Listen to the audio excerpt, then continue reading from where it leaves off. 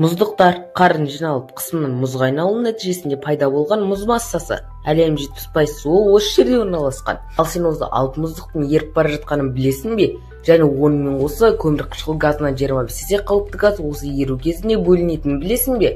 Онымен бірге белгісіз бактериялар да оянып жатыр.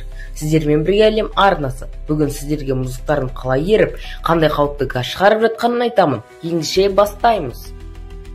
Соңғы 100 жылда орташа температура 1,2 градусқа көтерілді. Бұл кішкентай болып көрінуі мүмкін, бірақ мұз тек 0-ден төмен градуста ғана қатады.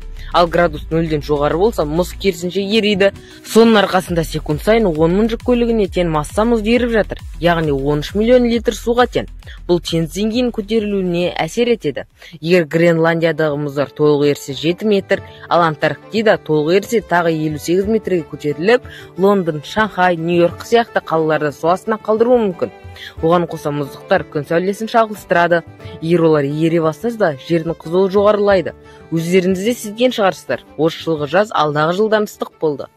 Енді метан газы туралы айта кетейін. Метан газы түссіз, иіссіз жанғыш газ, мұздықтардың еру кезінде пайда болатын көмірқышқыл газына 25 есе қауіпті газ. Бір артықшылығы ол жерді қатты қыздырады. Соңғы 200 жылда метан 3 есе көбейген.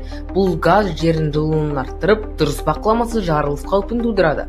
Ауаға босап, құрлықтарды тұншықтыруы мүмкін.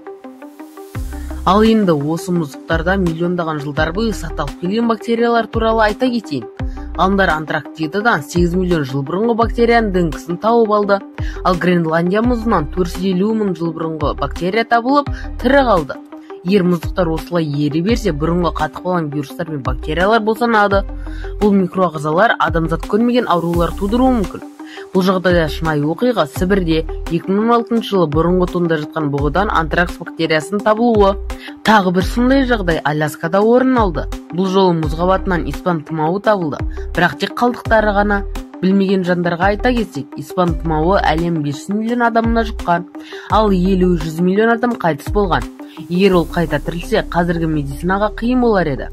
Әлі дәл осындай 90% бактериялар белгісіз. Әр секунд сайын мұздықтар еру үстінде. Ал видео ұнаса өз сөзіңді пікір алаңына қалдыру тек бірнеше секунд алады деп ойлаймын. Сіздермен бірге болған әлем арнасы келесі видеода кездескенше.